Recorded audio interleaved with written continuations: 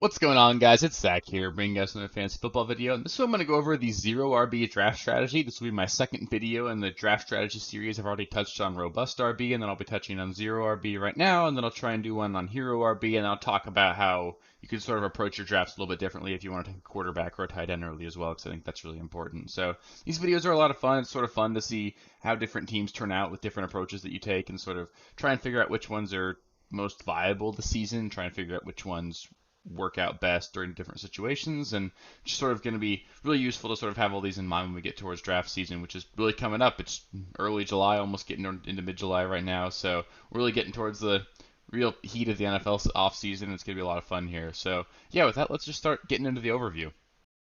So just to provide a brief overview of the zero RB strategy, the general idea here is that you're effectively punting on the running back position until very late in the draft. This is going to really help you build out a pretty significant positional advantage at the other three positions. And the philosophy behind this as well is that running backs tend to be more injury prone on average, and they're more predictable when backups come in, so it makes it relatively easy as running backs get hurt to find backup running backs that are really useful on waivers and late in drafts. And this is how it's a good way to help guarantee almost that your team's going to get better over the course of the season if you can target a couple handcuffs, and as their starters get hurt, it's really going to build out your roster because you've already got a dominant wide receiver room and a tight end and a quarterback. So um, it's certainly useful there. It's generally also involves targeting pass catching running backs towards the end of drafts. You're generally only going to do this strategy in a PPR, maybe even a half PPR league, and getting those third down backs and PPR backs can really help sort of stabilize your roster until you find those handcuffs to hit. But so that's just a general idea. You avoid running back as long as you can until you get towards the point where you've got a really full wide receiver room. Then you can sort of attack the running back position late and sort of just hope you hit on some gems there. So when do I think you should take this approach? Like with all strategies, I'll talk about this in pretty much every strategy video. You should absolutely not go into your draft intending to take a zero RB approach. Same thing with robust RB, hero RB, whatever it is. You should not go into your draft and just peg yourself to a draft strategy. You want to make sure that you're being fluid and you're really taking into account the context of your draft and understanding what is happening or in your draft and where the best values are. But um, this approach has actually gotten more and more common over the years. We're seeing wide receivers go earlier and earlier this season than they really ever have before, and it's sort of making it more and more common to punt on the running back position, or at least wait on it more than we have in years past. Um, I think doing that actually makes this a little bit more difficult to pull off this season because there are a lot of teams waiting on running backs. So there's just some level of value that teams can get at running back in rounds 2 and 3 and 4 that you really couldn't get before, so it's hard to really pass on those sometimes. But I think that in general, you should only take this approach in a league that allows you to play at least 4 wide receivers. In your standard leagues, you've got 2 wide receivers, 2 running backs, and a flex. I think that the advantage you get by taking so many wide receivers early sort of goes away in those leagues because it's just very rare that you're going to be able to play and you're not going to be able to play 4 wide receivers. So in the course of your first 5 rounds, you should definitely not draft 4 of them because it's going to be less advantageous for you to not have to have a bench wide receiver than it would be for you to have a starting running back. Um, Especially in leagues though that allow you to play 4 or even 5 wide receivers, it does certainly make this a more interesting strategy. It gives you an opportunity to really be playing guys that would generally be other teams' wide receiver 2 or 3 in your second flex spot, and that's certainly a position where you could have a huge advantage. Um, and on top of that, I think that half PPR at least is the requirement here. In general, I would prefer to take this approach in a full PPR league because obviously when you get towards full PPR, wide receivers just have a little bit more value, along with pass catching running backs, which sort of just helps you target guys later on in the draft and help stabilize things while you find your handcuffs that are really going to pan out later.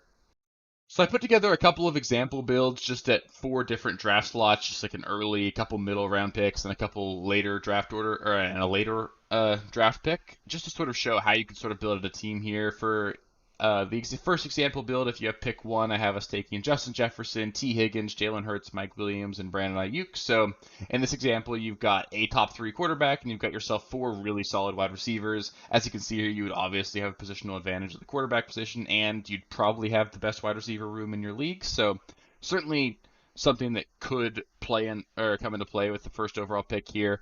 I find myself taking Jefferson 1 overall in every draft I'm in, and then there are often quite a few wide receivers I like at that 2-3 turn, along with getting that quarterback or maybe Mark Andrews. I love getting guys like Olave, Waddle, Higgins, guys at the end of the second round that I really think are going to be great this season. Pick four, pretty much the same story. Took Tyreek Hill instead of Justin Jefferson. Then you get Olave, Mark Andrews, McLaurin, and Herbert. So in this build, I took 3 wide receivers, a tight end, and a quarterback. Still got what I think is going to be a top 5 quarterback here. Got what should be a top 2 tight end, and then 3 really solid wide receivers. So again, even though you don't have a running back there, I think that's a really solid roster to start your draft. Um, for pick 7, just sort of show you how that would work out, I took Travis Kelce. Then I followed that up with Devonta Smith, Keenan Allen, DeAndre Hopkins, and Chris Godwin. Again, you've got 4 really solid wide receivers. You're going to have a really great wide receiver core there, and then you've got a huge positional advantage at tight end. So hopefully that could help make up for the real downside you're going to have at running back. And then at pick 10, I did a draft there. I took CeeDee Lamb, Jalen Waddle, Amari Cooper, Lamar Jackson, and Marquise Brown. So again, 4 wide receivers and a quarterback. I tend to like the builds here at pick 1 and at pick 10 more than the other two, just because I think that the values end up making more sense here. At pick 4 and 7, I found that there were really good running backs available in the second round, and I had already missed on Jalen Waddle at wide receiver, who had been a preferred option at the second round pick. So I find that in general, this makes a little bit more sense towards the early or beginning or end of your draft order. But I like all of these starts. I think they're perfectly reasonable, and I also tend to find that they're all going to be really solid over the course of the season, and I think it's just a lot of fun sort of sometimes to take this zero RB approach. So I think you could take this approach from anywhere, but I think that in general you want to make sure that you're making sure you're getting value there, and the spots I found myself getting the most value were the early draft picks and the later draft picks. So obviously, if you take a lot of wide receivers and maybe a tight end or a quarterback really early, you're going to need to have some running backs in mind that you want to get later on. I've found myself taking either David Montgomery or James Conner in almost every single draft I'm in because I find myself taking maybe 1 or 2 running backs in those first 5 rounds, but regardless, I want to get James Conner or David Montgomery. So they're not necessarily late round guys, but they're guys that you can get in the 6th, 7th, 8th round. I think they're going to be absolute monsters. So I think if you were to take a zero RB approach, I would certainly target getting those 2 guys to be running back 1 and 2. Some other guys I think are going to have really nice floors and could be guys that could help stabilize your roster are going to be Samaje Perine and Antonio Gibson. Perine's probably going to be the starter for the Broncos until Javonte gets back. You probably get about a month there, and I think he's going to be really solid in that role, and he'll still be useful afterwards. So he'll help you buy some time to find running backs. And Antonio Gibson's going to be just a really quality PPR back. He's going to catch a lot of passes. He's a really explosive player, so he could help stabilize your running back room. And then after that, it's just all upside guys or guys that you're hoping can truly break out and just be just crazy overperformers compared to where they're getting drafted right now. You've got guys like Rashad Penny, Jerick McKinnon, Zach Charbonnet, Kendre Miller, and Chase Brown. Obviously, Rashad Penny, if he ends up staying healthy and can really get a hold of that first and second down role along with the goal line work in Philadelphia, he's going to be awesome. We've seen Jerick McKinnon perform at a really high level in Kansas City. Zach Charbonnet is a rookie that I do really like. I think he's going to get the pass catching and potentially the goal line work in Seattle. And if something were to happen to Kenneth Walker, he'd be a monster. We've seen Kenneth Walker get banged up a little bit over already in his rookie season, so that's certainly possible. Kendre Miller is another really interesting prospect here. He was the 4th running back selected in the NFL draft this year by the New Orleans Saints. Alvin Kamara, to me, looked like he regressed a little bit last season. He could get suspended for a few weeks, so there's certainly an opportunity for Kendre Miller to burst onto the scene this season. And then Chase Brown's another guy I talked about. He's the 5th round draft pick by the Cincinnati Bengals this year. He's a rookie. I personally like him quite a bit. I think he's going to be a really good player in the NFL. And Joe Mixon, there's a lot of uncertainty there, so if you get him, I think he could certainly be a guy that, I mean, if something happens to Mixon, Chase Brown's going to be the starting running back for the Cincinnati Bengals. There's just a ton of upside in that offense. So there's obviously other guys I didn't mention here. You're generally looking for backup running backs that are proven enough that you know they're going to be the guy that's going to be a starter if the starter goes down, or guys that are going to catch a lot of passes and just sort of help stabilize your running back room. So to review, I do think that there are a few values at running back late in drafts that I think can make this a viable strategy, along with guys I didn't talk about. They're guys like Miles Sanders, Rachaad White in that 5th, 6th round range that I think are really solid guys that could really help stabilize your running back room. And there's a ton of guys late in drafts that really do have a ton of upside. And it also does almost work from any draft spot in the draft order. I liked all 4 of the example builds I did for those first 5 rounds. But obviously, you don't want to force it.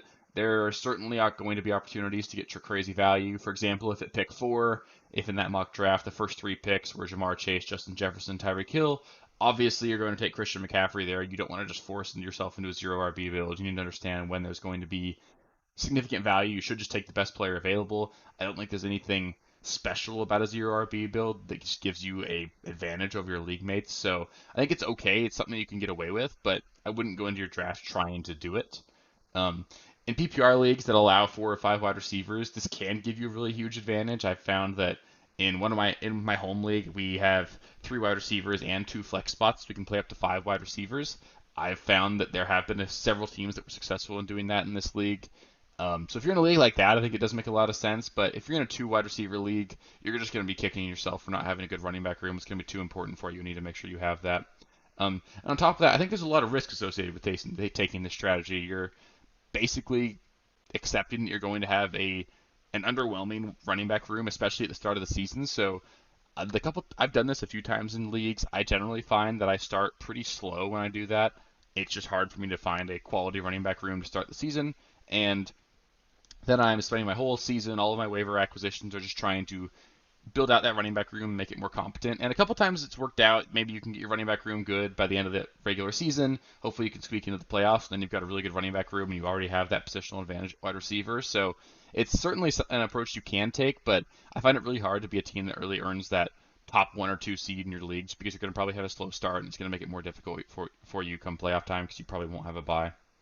So that'll do it for my overview of the 0 RB draft strategy. It's really fun making these videos. If you like this video and you haven't seen the robust RB draft video, I do recommend you go take a look at that one. If you liked the video at all, which I hope you did because you made it this far, please do take the time to like the video. If it's your first time on the channel, please do subscribe to the channel, especially if you want more content like this. We're putting out a video pretty much every other day, so really going to be getting a lot of content out for you guys. Don't want you guys to miss it. Really hope I can help you guys make your teams better this season. So up next, I'll be doing a video on some breakout players that I think are going to have a really great season. So I encourage you to watch that one when it comes out. It'll come out 2 days after this one. So really enjoy making these videos and really appreciate all the support we've been getting. So yeah, thank you so much, and I'll catch you next time.